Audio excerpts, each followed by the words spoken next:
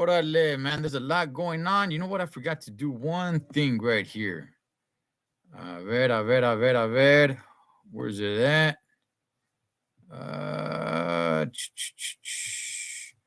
Man, usually I just got it right here. There it is. All right, man. Los Tres Chingones boxing, homie. What's up, JC? Dos Matador. Hey, man, let's just get right into it. We're a little early today just because I got to be somewhere a little bit later on, man. So let's bring in me hermano all the way from Florida, Holmes One, Mr. David Contreras. Hey, Ed, what's going on, man? Hey, we have a lot to talk about today, man, especially about Triple G giving up that belt. You know, man, cuando estás listo, aquí entrale duro. Vámonos recio. Yeah, Mike should be tapping in here soon as well. Hopefully, it's raining over here, man. It's coming down pretty good. So that's what I hear. My connection's good. Yeah. Wow. Yeah, it's down pretty good, and we have another storm coming next week too. So hopefully the connection's good enough, man. Hopefully we can go ahead and get through this. Pero si no, I'll jump on my phone and we'll go ahead and get into it. But David, you know, I was at the fight on over the weekend with Figueroa and Manzayo. I did not get a chance to really see what it showed on TV, man. From what I saw in that fight, in that main event, at least, I thought Manzayo was winning the fight, man. I really did. I thought he was winning most of the rounds. How did it look like on TV for you, David? You know what? I'm with you, man. I mean, I had it maybe a draw or maybe Manzayo by one round.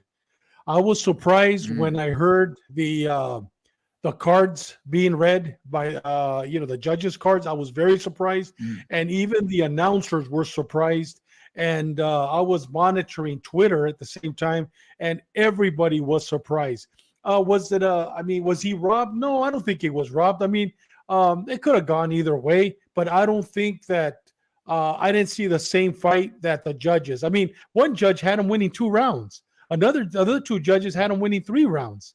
You know, I don't know what they were watching. And another thing too, I'll tell you, Cholo, I was surprised of how fast Manzayo was, but I wasn't. And the reason why I wasn't, I was surprised, but I forgot that Brandon fought inside. So Brandon was left open. You know what I mean? So Manzayo had the opportunity to show how fast he is with an individual that all he was shooting was, body shots. So I was impressed with Manzayo. I was impressed with him. Lord High is saying Heyman wasn't going to let Lil Fig lose. I mean, you can't let Figueroa lose. I mean, I understand what you're saying. If it wasn't for those 2-point deductions, I said this earlier in the week. You know, I didn't score the fight, but if I were scoring the fight, if it was not for those 2-point deductions, I thought Manzayo won the fight. I really did. You know, what did you think about the 2-point deductions? Do you think he merited the 2-point deductions? I don't know about 2 points. One of them, yes, because he was holding. Okay, now I was there. I was sitting, and I did see him holding his hand. He was behind. Yes. Yeah. So I thought maybe 1 point would have been good, but then he went and took another point away again. It's kind of like a teeter-totter for me right now, David. I don't have a problem with it. At the same time, I'm like, well, yes, and then no. I'm just kind of right here with it. I'm okay with it. I'm not on one side of the fence or the other with it. But according to the cards, even with the 2 points, let's say he wouldn't have taken the 2 points. I mean, it still wouldn't have been a close fight according to the judges' scorecards. Yeah. So it didn't really make a difference, Right. And so now, that's why I'm saying, I'm like, I still think Manzayo, I think he would have won that fight, man. Yeah. At least with me, I saw that he was winning the fight. But Figueroa, he smothers him. He works a lot of the inside. And I like Figueroa. I like that kid, but I don't know, man. He's just if he has to fight from the distance, I don't think he knows how. Well, He I'll tell you, always he's goes he's up. going to have a hard time with Ray Vargas. Mm, I saw the picture with you and Ray Vargas. Dude, yeah, that dude is yeah, huge. yeah, How yeah. tall He's a is he, tall man? guy. How tall are you, Cholo? How tall are you? I'm 5'9". Well, that dude, he looked at least 6 feet. Yeah, yeah. Is he 6 feet? I somewhere around there. He's tall. He's probably about 5'11", somewhere around Yeah, there. that Pero picture, to he be looked huge. yeah, I would say Yeah. yeah, maybe about 6 feet. To be 6 foot to be fighting at 126 pounds. Damn, man. Wow. Now Yeah. he had a jacket on and everything, but I'm thinking the vato's made out of bones only, man. Bone and We were calling him Esqueleton. Remember Skeleton yeah, from yeah. Nacho Libre? Nacho The Libre. dude looks just like him, doesn't he? Pinche Skeleton. Okay, so what do you make of that fight? If Ray Vargas gets in there with Brandon Figueroa, I got Ray Vargas on that one. You know what? Ray really? Vargas, I got him because of the length and that style of fighting. I think he's going to jab Figueroa all night long. He's not going to let him come in. As hopefully Ray Vargas goes back to Nacho Beninstein and fights how he usually fights with Nacho Beninstein. If he stays with his father, he's going to lose. But if he goes back to Nacho and he stays, he can't be doing that shuffle, that Mayweather shuffle. You know what I mean? No le queda a Yeah. él because he had those long arms. But if he goes back to Beninstein, I got him. Even if he doesn't go back to Beninstein, I think I'm going to go with Ray Vargas on that one because of the long arms, and he could keep him away from coming in and fighting Brandon's fight. Yeah, What do because you he think? tries to do that shoulder defense. He's At least never he was done that trying to. before. Yeah, he's I never done it. Now he's doing it. no, No le queda a él. I mean, he yeah, shouldn't and be I don't doing that. think, That's not a little guy with little arms. Yeah. and I don't think he can master it. And I think Brandon is gonna No. wear him down, man. Brandon You think puts so? so Yeah. much pressure. Because I He would tell you does. this. I saw Manzayo getting tired. I saw him breathing out of his mouth. Yes, he did. The vato started falling on his own. He just Yes. started just collapsing. I thought one of those was really a knockdown. I thought one of them Yeah. was really a knockdown. I could be wrong, but he just started falling on his own. Brandon put so much pressure. Yes, he It's did. crazy, man. It's unbelievable of how much pressure this kid puts. But at the same time, he takes a lot of shots. So Yeah. I got Brandon on that fight if that fight were to materialize. But Well, you know what? I think it's no, going to, Cholo. I think we're going to see it. Probably I think we'll probably see it in September. Yeah. Yeah, I think it's gonna happen. Yeah. I think we see it happen. So no, good stuff. Good times being there. I didn't get a chance to talk to Vargas, took a picture with him. I got a chance to talk to Leo Santa Cruz. Him, I did get a chance with him. And he's told me that he's gonna be campaigning at 130. He's done with 126. He's gonna be Yeah. at 130. He's there, he's having his drink and enjoying himself. But yeah, I was chopping it up with him for a little bit. Cool guy, cool vato, man. And he said he's looking to get to the top at 130. David, do you think Leo Santa Cruz could get to the top at 130? No. I think Leo Santa Cruz is done. I think it's time for Leo Santa Cruz to invest his money in the gym, start training fighters. At 130, no, I don't see him. I mean, you got Oscar Valdez there. You got Navarrete. You got this new champ, the guy that just got out of prison who beat Ray Vargas. I don't see him competing at 130 right now. I don't see him competing, and he hasn't fought like in 2 years. So yeah, I don't see him. Figs over Cantinflas. Yeah, I said earlier in the week, man. Yeah. He does. Ray Vargas does look a little bit like Cantinflas, man. Yeah. Nah, man. I said before, I think Leo Santa Cruz still has gas in the tank, but not enough to get him to the top. Not enough. No. Can he have? I think he can have some good. I think he'll have some good fights and make some feria. Yeah. But I don't think he's got enough left. I don't think he has enough left to get him to the top, man. That I don't. And Yeah. against Oscar Valdez, no. I think Valdez puts him to sleep, David. Yes. Let's Yeah. see. Oh yeah. Let's No doubt. bring in. Yeah, let's bring in the boxing scientist one, Mr. Mike Zavala. Hey, let's go, baby. Oh, Vámonos. that's a good name for him, the boxing scientist, because nobody brings down a fight like our Mikey does. Can no, Mikey? All right, what are we talking about, man? Good looking out, guys. What's up, man?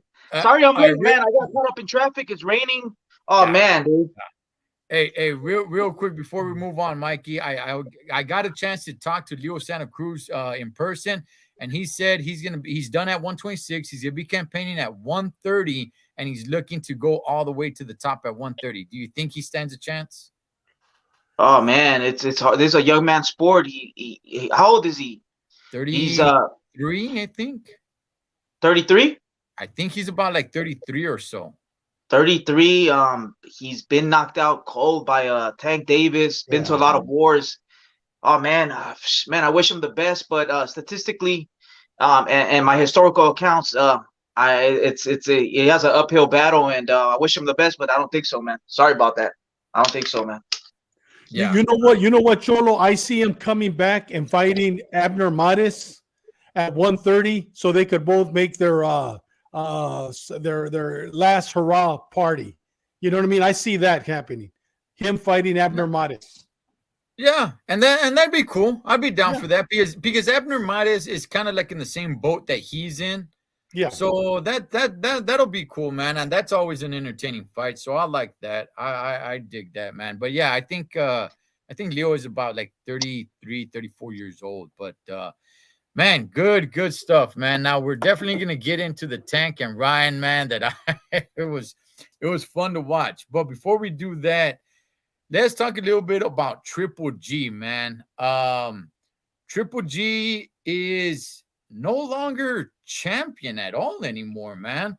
David, can you tell us a little bit about Triple G and what's going on with this guy? Because this guy just seems to be vacating belts, man. And now he's in a point where it's like, that's it, and at his advanced age, I mean, I think he could still make some feria, but what's going on with Triple G, David? I really don't know, Cholo, because I was told by a very, very, very good source that he was going to fight Jaime Munguia. They were going to make that fight from a very good source. I've been told that they were going to do that.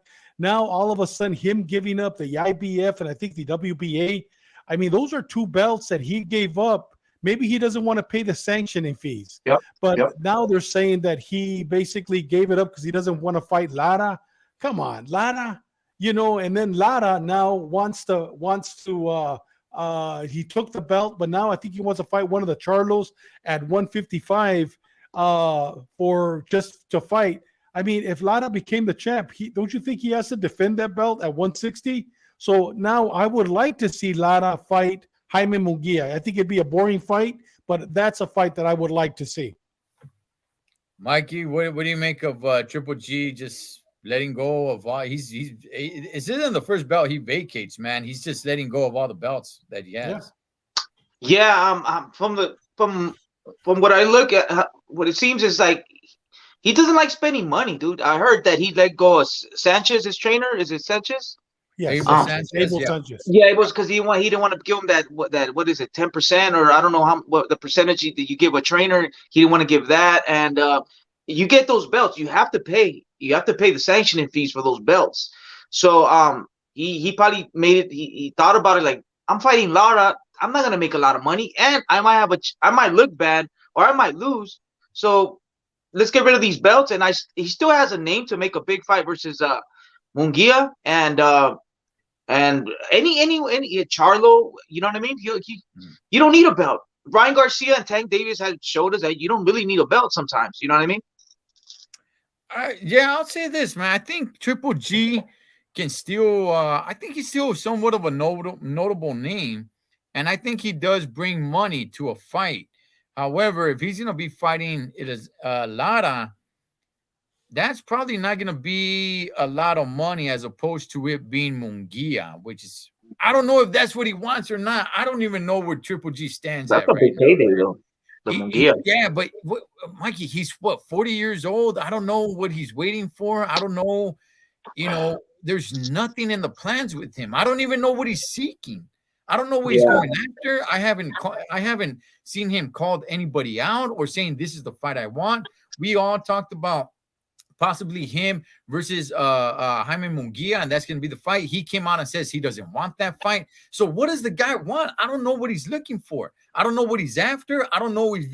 Is he still looking to be in boxing? Because he hasn't announced his retirement. Yeah. He's got the Canelo money, man. So David, what is Triple G? I think that we're going to hear he's going to retire. I don't see him. Okay. I don't see why would Jaime Munguia want to fight him without a belt. You know what I mean? So I think that he's probably going to be retiring. I mean, I don't see why anybody would want to fight him now without a belt. The only thing I would say to that is that would probably be the biggest name that Munguia has fought. Fought. Yeah. That would be it. And there's no title, at least for Triple G's no champion anymore. But it would be I would say the biggest payday for Munguia. And you know what, Cholo? I got Triple G over him. If he fought Triple G right now, I got Triple G over Munguia. Even at 41 years of age, I have Triple G over Munguia because Munguia has never fought anybody at that level of Triple G. That's the reason why Munguia didn't fight John Ryder, because he knew that John Ryder was probably going to knock him out. I mean, there's a reason why for that. You know what I mean? I mean, let's be honest here. I mean, we could lie and say, Munguia. I mean, who has he fought? And out of all the fights that he's had, he's lost 2 fights, but they gave him a free gift, 2 gifts. Yeah, and the only losses Triple G has is to Canelo. Mike, exactly. Munguia versus Triple G. You still got Triple G at 40 at his advanced age? No, I got Jaime Munguia, man. I see some good stuff out of him. He improved a lot.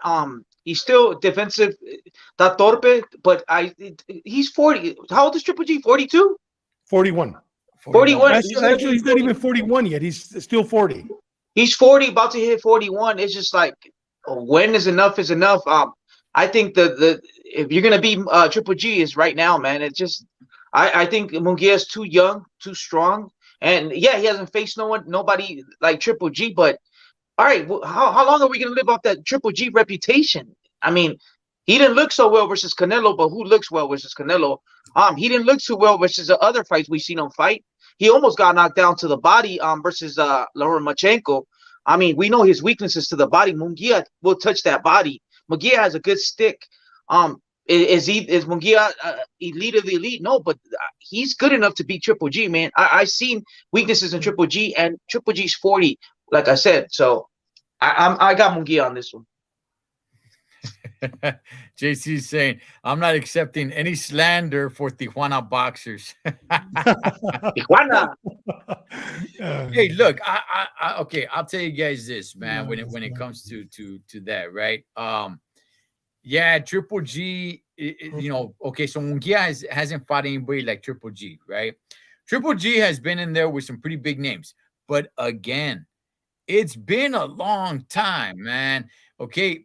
Ever since I'm trying to get my fights here in order, man, just going into my think tank. But ever since the second Canelo fight, Triple G hasn't really been fighting big names, man. If you look at his last few opponents outside of Canelo, this last time he fought him, it's a bunch of dudes, man, honestly, that I never even heard of. And it's hard to pronounce their names. It's like, the last 15 letters of the alphabet just all mixed together.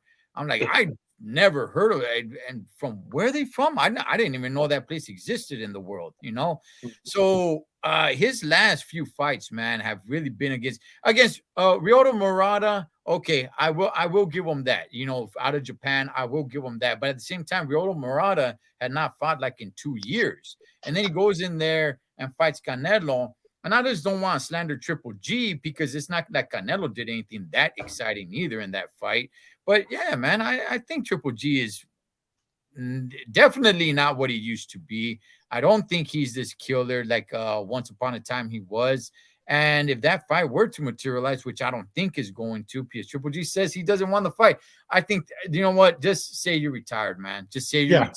But if that fight were to happen, I got Munguia. Munguia, man. Okay. Ed, I mean, sometimes you have to say you don't want it, but you do want it, right? Maybe that's part of the strategy. I don't want the fight. I don't want it. But yeah, we're going to offer you this, Golden Boy, this and that. Maybe he just wants a little bit more pay. That could be part of the strategy. Yeah, could be. Could be. I mean, I think he can negotiate that, because I think he is a draw. I think he's probably as much of a draw, maybe even a little bit bigger than a draw, a little bit bigger of a draw than Munguia is. I could, you know. Do you think, Cholo? Do you think Munguia can beat Canelo right now? No. What do you think? What do you think would happen if Munguia fought Canelo right now? I think Canelo puts hands on. I think Canelo drops him. Maybe not knocks him out, or maybe knocks him out. But I think Canelo works that body, and Munguia just can't take it anymore, man. And I think he destroys the body. Mike, what do you think if Canelo fought Munguia right now? What would happen? Boxing lesson, a boxing lesson, and a knockout. But a straight boxing lesson, you're gonna see Munguia's face do this all day, all night. If Canelo doesn't knock him out, but a straight boxing lesson, however you want it, coming forward, going backwards, side to side, whatever you want. Canelo, oh my God. Okay. Oh, yeah. Now, Triple G fought Canelo 5 months ago. Yeah. September, I think 13th. I was looking it up right now. Did Canelo knock him out? Did Canelo give him a boxing lesson? Did Canelo beat him that bad 5 months ago? Beat Triple G? Yes. Okay. Canelo was injured, Dave. I mean, he's coming off an injury. I know. I'm just telling you. But did he whether Canelo or not? Did he give him a boxing lesson? Did he hit him like a little puppy doll? Did he knock him out, Triple G? No one has knocked out Triple G. I mean, name a guy that ever knocked out Triple G. He has the one of the best chins, or the best chin in the sport. That was 5 months ago. 5 months ago. So now you're telling me that 5 months ago, Triple G has aged overnight in 5 months. That you're just telling me that Munguia would get knocked out, would be like a doll 5 months ago. Right now with Canelo, I mean, what's the difference there? You know what I mean? That's a triangle theory, right? You're giving me that triangle theory, and you know that it's just the theory is not 100%. Yes, it is. Canelo was coming off an injury. Triple G didn't do nothing for half of the fight, and then at the end he started doing something, and now he made a little impression. But he did good. And at the end of the fight, he did good. But in reality, he didn't do nothing. Canelo was just working on boom, working his point, winning every round. I mean, and Canelo was coming off an injury, coming off a loss too. It's a mental game too. I mean, and Canelo didn't knock him out. He's still dangerous. Don't get me wrong. I had Canelo knocking him out. I mean, I called, you know what, Canelo's going to knock him out, because you know what, there's no doubt in my mind that I had Canelo. So when he went the 12 rounds with very few cuts and never went down, I was like, you know, he still has it. He hasn't lost it. I mean, Canelo, he's a beast. But Dave, Canelo was injured. The beast comes out. Pero la manita, David, la manita, man. That sets up the jab, and it sets up the body shot. The jab with his left hand, right? It sets up everything. It sets up the knockout. And Canelo was just using science shots. He wasn't sitting on his punches. He was hurt, and we believe Canelo's if he was hurt. You know what I mean? You just because of this, I want this fight to happen now. Me too. I want to see a fight. It'd be a great fight. Man. Yeah. JC says Canelo defo works that vato. Yeah. No doubt, man. Yeah. Oh, come on. Yeah. Come on. There's levels to this. You know what, David? I was gonna hit you up earlier, brother, but I was I was so busy running around, man. It slipped my mind. I don't know the story on this. Does anybody know what's going on with the venue in Mexico for the fight between Canelo and John Ryder? The fight's still not 100% announced, but apparently, and David, David, you would be the one to dig into this. Apparently, they have to switch venues because the cartels down there had some sort of issue with it. I don't know the entire story.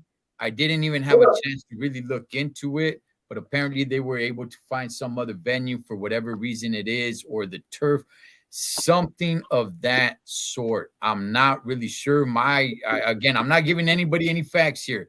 I'm giving everybody what I heard, but I'm not even really sure. I'm telling you, if it is true what you're saying, I haven't heard anything about that. If it is true, one of the most powerful cartels right now in Mexico, it's not Sinaloa, it's not El Golf, it's a cartel Nueva Generación Jalisco. And those guys, they're the ones that declare war. Those are the ones that started attacking the government several months ago or about a year ago. They're the ones that had rocket launchers that actually took down a couple of helicopters with military personnel. They're the most powerful cartel right now in Mexico, my personal opinion.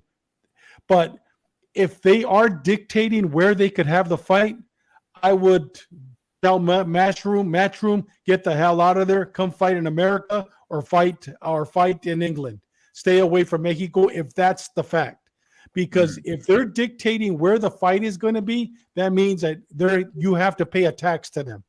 So you have to have money to pay them, and that if they're involved, you know what I mean? I have not heard that.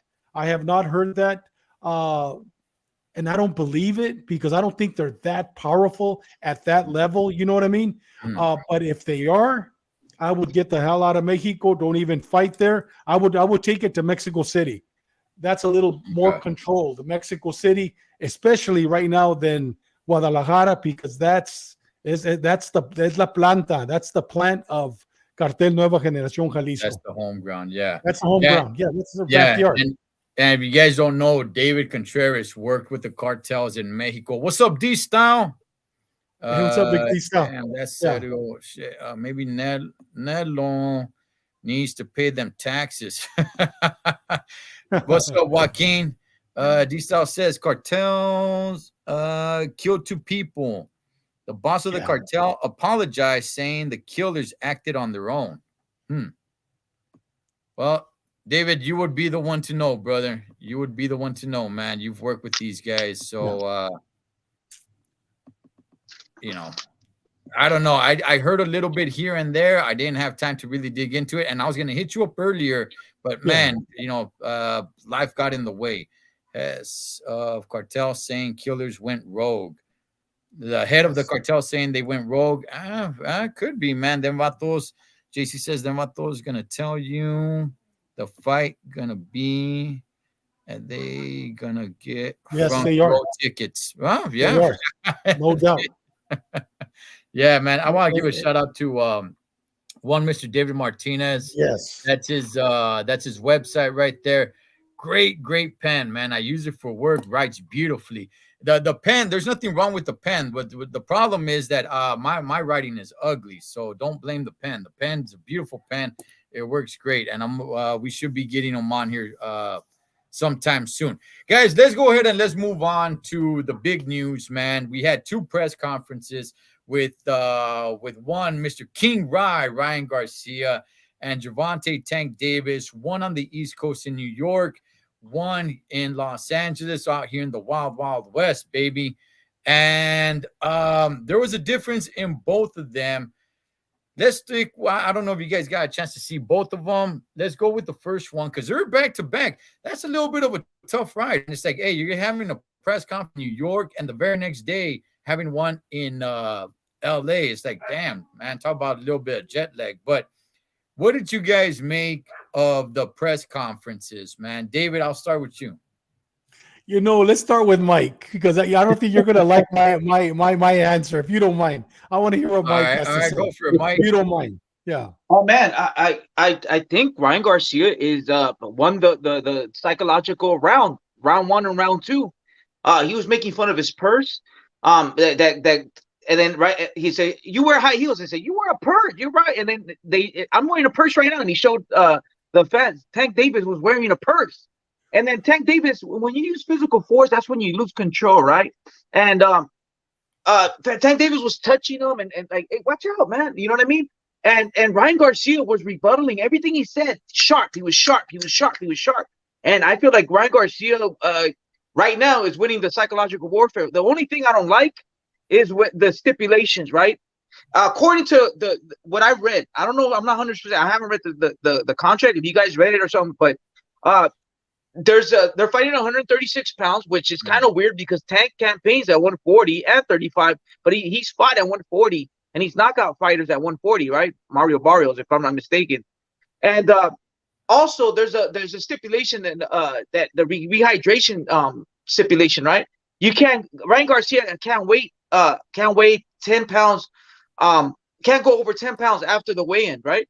So that's kind of like, you're draining Ryan Garcia. That's kind of cheating, man. Mayweather's done it to Canelo. Canelo did it to Chavez Jr.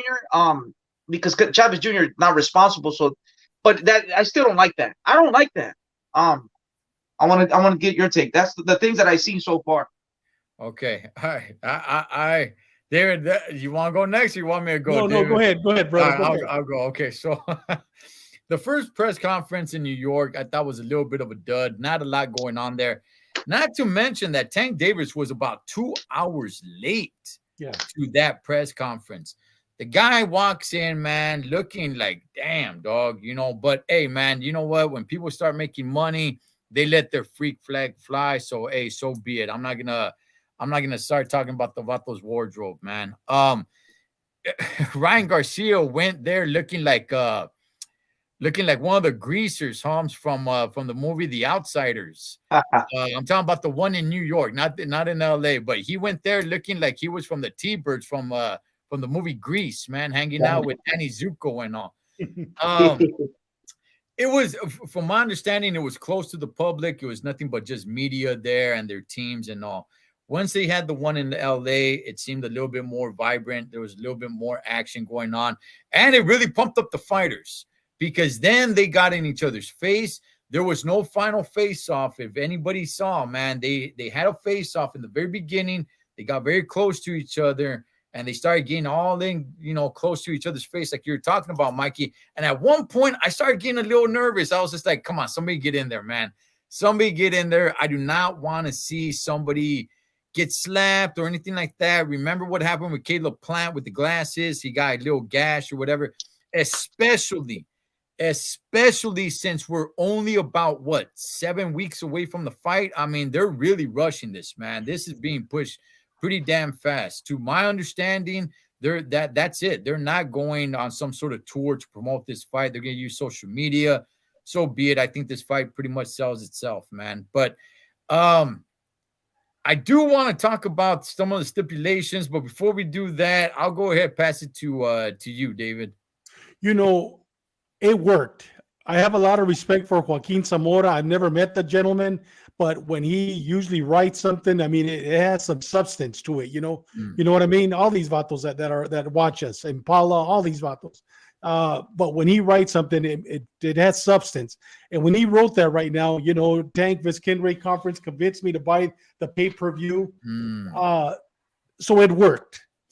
I was gonna say, I'm not into WWE, you know what I mean? I was into Lucha Libre as a kid, but now as an adult, it's too hyped up, too fake. You know what I mean? I want to beat you up. And that's what I saw as a 63-year-old man, 2 kids. One, and I agree with, I think as Lord High Executioner, that Gervonta looks a little off, he's not all there, you know what I mean? A little slow. Okay. I'm going to call it slow. He called it retarded, but slow. Gervonta is a gangster. No matter if he's slow or not, he comes from the barrios of Baltimore. He's a killer. You know what I mean? For him to be, and Ryan looks like a little kid. You know what I mean? I'm going to be, it just looks too fake for me. But it obviously it worked. Because now we have Zamora now he's going to buy it because it worked. So it's working, but it didn't work on me. I was expecting more like they used to. You know what I mean? They look at each other, they mad dog each other. Yeah, they'll throw one of, I'm going to fuck you up or whatever they're going to say. But it just looked too fake. You know what I mean? Like 2 little kids. And then Ryan starts doing the shuffle, and then he touches, he basically puts his hand on his, and then he moves to the side. It just looked too fake. You know what I mean? Canelo, when he did that to Plant, that was real. That wasn't choreographed. This to me looks choreographed. It's not Tank Davis to talk like that. When Rolly was talking to him, remember, Tank Davis was getting ready to knock him out. I mean, he took it personal. This looked too choreographed. I don't know. It's just I didn't like it. I can't wait for the fight. I think it's going to be a great fight. But I'm glad that they're not having any more press conferences. Work on your style, work on the fight, and let's get it on. No more of these. You know what I mean? Porque it looks fake. To say all this, it looks very, very fake to me. Okay. Listen, first of all, David, you highly insulted me, man, because you're like, I'm not a WWE. I'm not into the WWE thing and everything. I'm like, no, man, I like that. As a matter of fact, just real quick, I know this is discussed everyone, but we're gonna get back into this. But just talking about Brandon Figueroa, one thing I forgot to mention, his nickname is Heartbreaker. He comes into that horrible song. I forgot who sings it. Heartbreaker. That's a terrible song. Your name is Heartbreaker, Holmes. You gotta come in like this.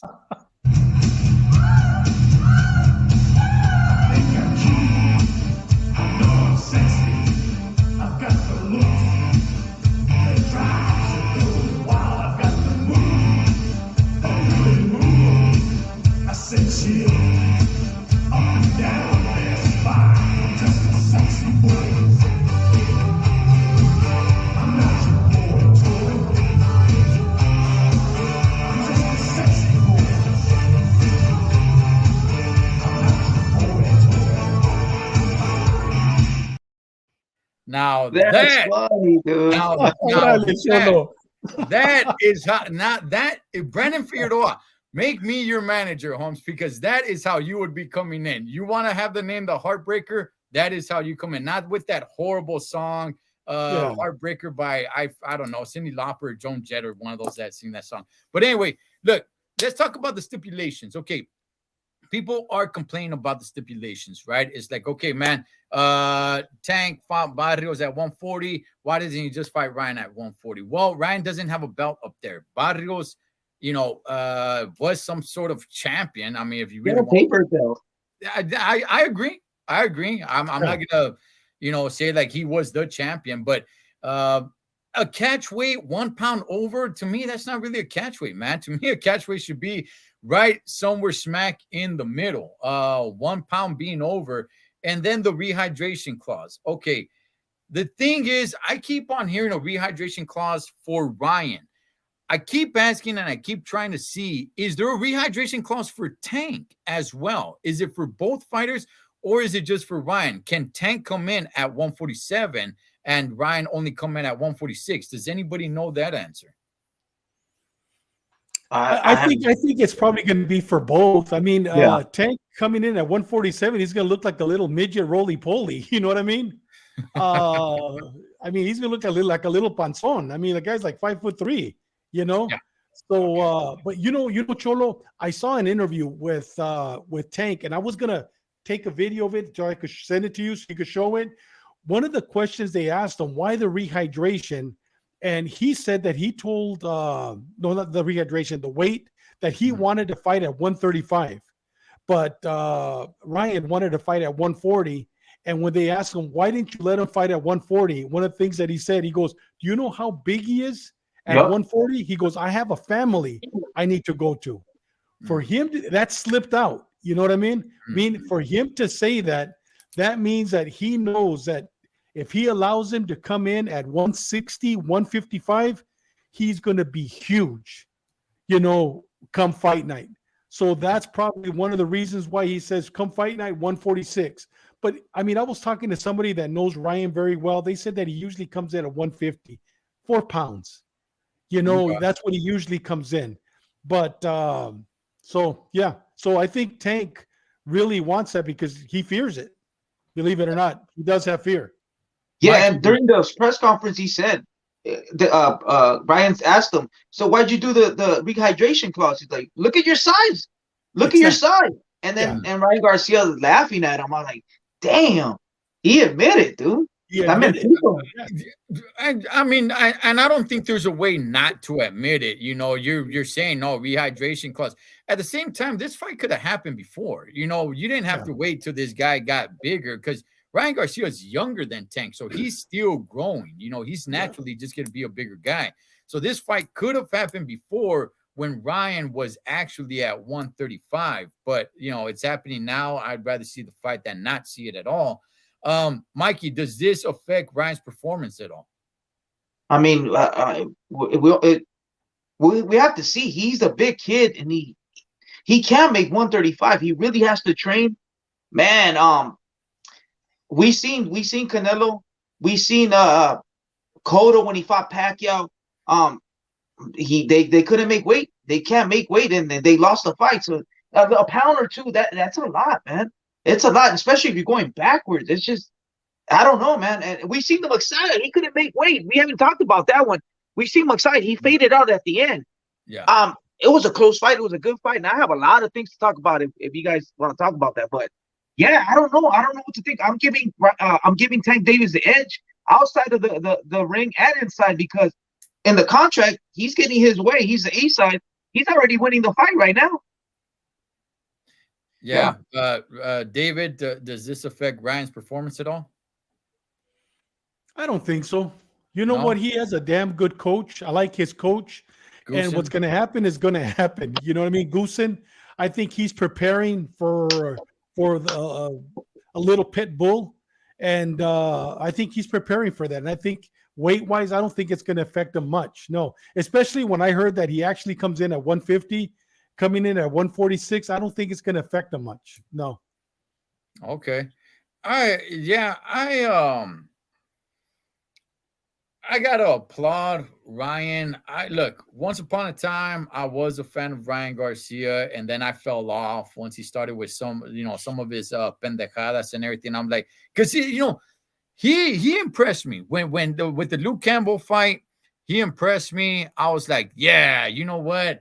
To all the haters, man, everybody who hates him, you know what? This kid got up. He showed some heart, comes back, wins with a good a knockout with a shot to the body.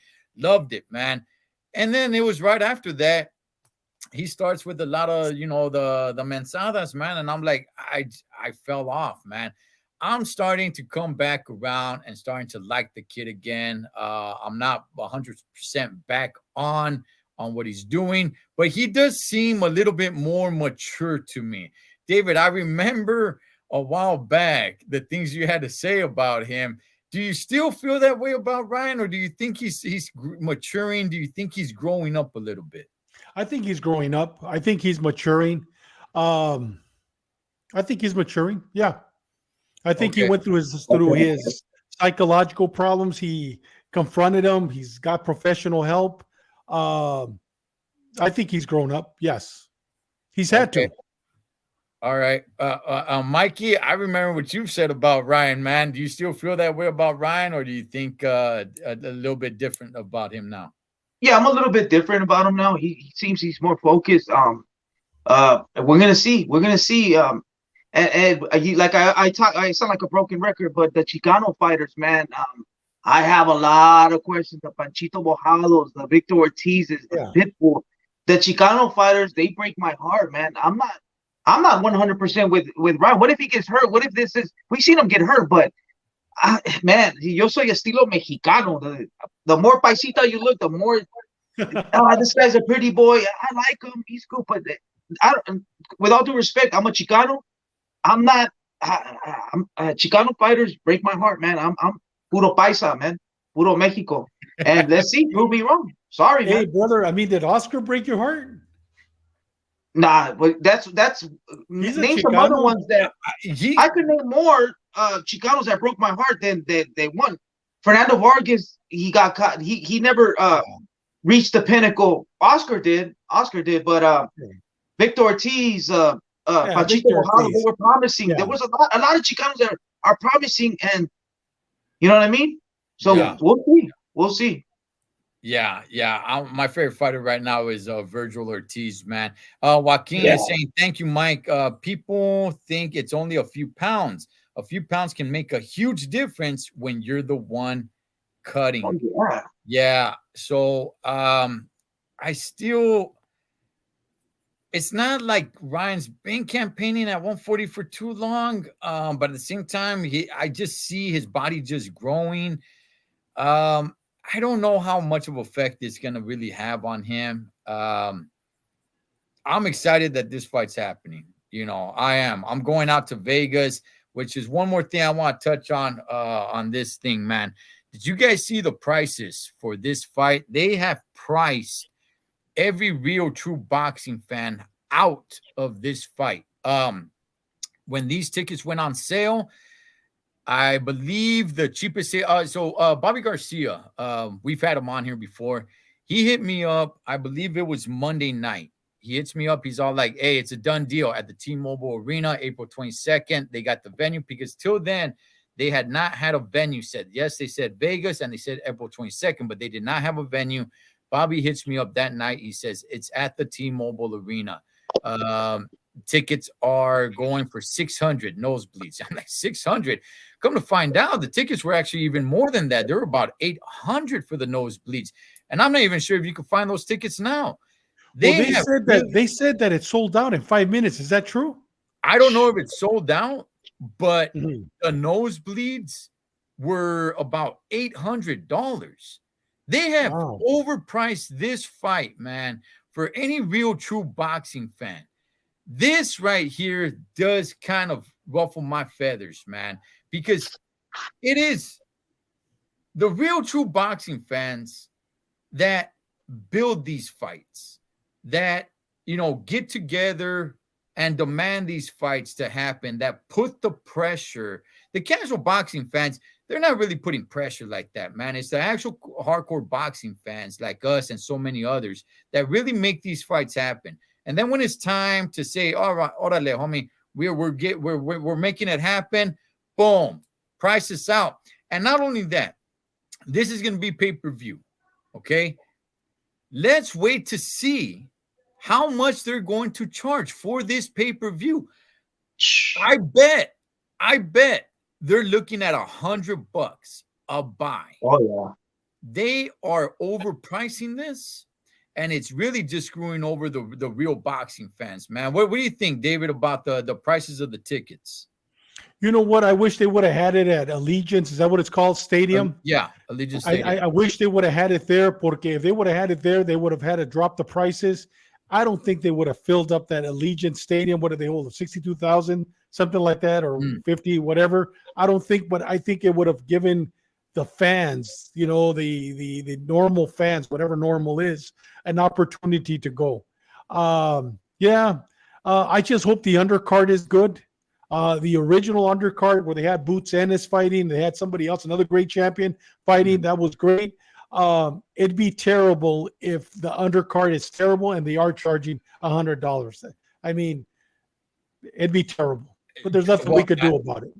Yeah. I'm not comparing this to Mayweather Pacquiao whatsoever. Not at all. I'm just saying the undercard right there. I don't even remember who was in the undercard. So hopefully they do have a really good undercard. Mikey, what do you think about the prices, man? Yeah, these guys have millions of followers on Instagram and TikTok and all that, YouTube, their YouTube. So this fight's these guys are worldwide, man. And they're gonna pimp it, they're gonna milk it, and we are gonna buy it, man. We are gonna buy it. It's gonna be celebrities.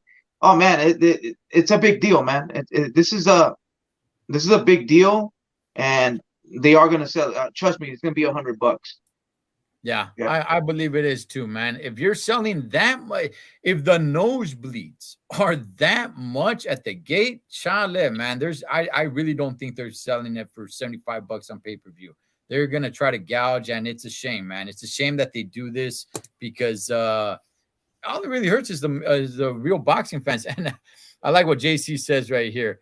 I think they're expecting a lot of celebrities in that fight, and YouTubers, porn stars, and TikTokers. Yeah. Oh yeah. Hey, Cholo, do you think that how much are they making? Do we know how much they're making? That I don't know. Do you know, Mikey, how much they're making? I had the numbers, man. I'm so burned out. But Ryan took a pay cut for sure. Of course, you got B-side. But I forgot. I forgot. I don't have it. I have it written down somewhere in my notes, and yeah, I'm not sure. I don't even have my computer. I could have looked it up right now. I mean, are we looking at 30 million a piece of like the Canelo? Ooh, I don't think so. I don't. Yeah, that seems pretty steep. I don't know. I at the same time, I mean, it's possible. I didn't think they would be charging well over $600 for the nosebleed. So it's possible. I don't think so, but I really don't know, man. I really don't know. Remember, both promotions are in this, so they're all really trying to gouge for this, man. But we'll definitely be all over it, and I will be in Vegas for the fight, but I'm not going to be at the fight. I'll let everybody know what I'll be doing as the time comes up. And Paula says 5 million a piece. Oh, really? Okay, it's still a lot of money. Cholo, have you ever been in Vegas for a pay-per-view fight and try to see it somewhere that they're showing it in Vegas? Yes, and they don't show it anywhere. They don't show it anywhere. They don't That's show what it I was gonna say. Yeah, no, okay. Well, I'll let everybody know, man. I want to give Mikey a little chance to talk about Manzayo and Figueroa, man, because he didn't get a chance. But I'll let everybody know real quick. Myself, Bobby Garcia, and a few others were renting a big old house, man, swimming pool and everything, and we're gonna be out there to watch it. And there's gonna be a nice little after party with Ryan Garcia's dad at the house. So so yeah, man, it's gonna be a good time. So we'll be there at the house watching it. Yeah, because you can't find it anywhere. You can't. I have. I've been there, and no, they don't show it anywhere. Mikey, we touched on Manzayo Figueroa, brother, but you didn't get a chance. And want to hear what you got to say, man. You're Manzayo all the way. Yeah, man. I was Manzayo, and then when he was having trouble with the weight, that's when man, I know he was gonna fade out in the late rounds, which he did. But the first 6 rounds of the fight, I give Manzayo 4 rounds. He won 4 rounds out of the 6 rounds, and then I give him the 8th round and maybe one more. He did good in the 12. I don't know. I give him one more. I don't know why the ref. I get it. You deduct a point, but you deducted 2 points. It's like, come on, man. I haven't seen that in a while. That's a strategy. It's called dirty boxing. Floyd Mayweather does that. Adrian Brown, that's part of boxing. The overhook, the underhook, and working off it, and you can rest. That's part of boxing. I don't know. California, what are they doing, man? They and then the judges, one of the judges had the fight told. I don't know what fight he was watching. It was a close fight. Me and Dave were texting. Split decision, Figueroa. But we could still, without those deductions, I still couldn't see Manzayo, hey, man, squeezing it or a draw. Man, it was a great fight. It was a great fight. And the only thing that Manzayo faded out with the body shots, and he faded out because if he couldn't make that weight, man. It was an indicator, and it did happen. Strategy in boxing, you hold, man. You're in the ropes. You're fighting someone that's coming. You hold, man. That's part of boxing. You're about to get knocked out. What do? You throw your mouthpiece, right? Chico Corrales. That's part of boxing. It's illegal and it's cheating, but that's part of boxing. How about the fact that he kept falling on his own, Mikey? What do you make of that? Yeah, he was weak, and when a southpaw, because sometimes Figueroa went southpaw, and a right-hander, their feet clashes, and what's his name? Figueroa comes in, he comes in low too, and they crash, and he was weak, and maybe you could. I think I heard you saying it. One of them, at least you could have named it a knockdown. I get it. And Figueroa won the fight. But taking 2 points away from, come on, man. Come on. Where have you seen this? The only thing that brings me back is Amir Khan. And when he fought, and he fought in Europe or something. I don't know. I forgot. When they deducted points because he was holding. But holding is part of boxing. You don't think they should take a point away at all if somebody's overholding? Mayweather does that. Mayweather overholds. How come they don't take points off of him? Adrian Bronner overholds. And not to be stereotypical, but boxing is stereotypical. African-American fighters, they hold a lot. That's strategy, and I don't like it, but when my fighter is losing or when my fighter needs to hold, I love that, dude. You have to hold. That's part of boxing. You tie him up. You tie him up and you work. Brian Figueroa was tying, hitting him back of the head, rabbit punches, and he was working. That's what you do. And when you're in the ropes, you get out of those ropes. You hold overhand, the under clutch, whatever you call it. That's part of boxing. David, should they take points away for holding too much? Well, yeah, I mean, we see that they should, but I think one of the points merited it, but not the two. The second point, I don't think that merited. Okay. It definitely did not. No. Okay, I don't know. Not only should they take points away for holding, they should give them a cachetada. No, I was there and I saw it and I was just like, he's holding his arm too much. Maybe the 2 points is a little bit stiff. Maybe that was a little stiff, man. But ultimately, I thought Manzano, without those 2 points, I thought Manzano won the fight, but they gave it to Figueroa. What? Manzano won the fight? You thought that? I was right, son. Ed, that was a hell of a fight, man. I told you that. It was. I had hand speed. All right, Ed, answer this question. Did he hurt him? I saw he hurt Magsayo hurt Figueroa in the 6th round. You know what? You were there. Not too much. Okay, Brandon was all over him. All over him. Every time Magsayo gave a little separation, Brandon would jog and he'd be all over him, man. So so you thought Magsayo won? Not with the 2 point deduction, no. Yeah. Without the 2 point deduction. Without the 2 point deduction, if it were me, I would have given it to Magsayo. Wow. I would give it to Magsayo. Yeah. And my pride and ego is hurt, man. So we're gonna get out of here. So hey, last fight this Saturday. You got Tszyu against Tony Harrison. What do you guys think about that one? I like Tony Harrison. David, I think you were at the fight too, where he lost to Jamel Charlo. Yes. I was at that fight as well. I like Tony Harrison. I just don't know what he got left, man. I really don't. And Tim Tszyu, I mean, he has to win this fight. The gamble is for Tim Tszyu, you know, and it's in Australia. I don't see Tony Harrison coming out with the victory. Yeah, I haven't got into that fight, but I know Tszyu's dad, but it's Kostas, right? That's his dad. Yes. Yeah. So I'm a fan automatic with even knowing the kid. I'm a fan. I love this dad, man. Seeing him fighting. So and I think Tony Harrison, he's good. I don't think he has power. He's long. He can box. But I haven't seen Tim Tszyu. But I'm gonna go for Tim Tszyu, man. I like his dad, and we'll see what happens. But I haven't got into that. Yeah, Tim Tszyu's gonna take it, man. He can't lose this fight. I mean, if he loses this, it's his career takes a big step back. Where Tony Harrison, he's already, I'm not saying he's out the door, but I guess he kind of is, man. But anyway, gentlemen, anything else before we wrap it up? Nope, I agree with Joaquin. Brandon will be a gatekeeper by the age of 30, unfortunately. I agree with that.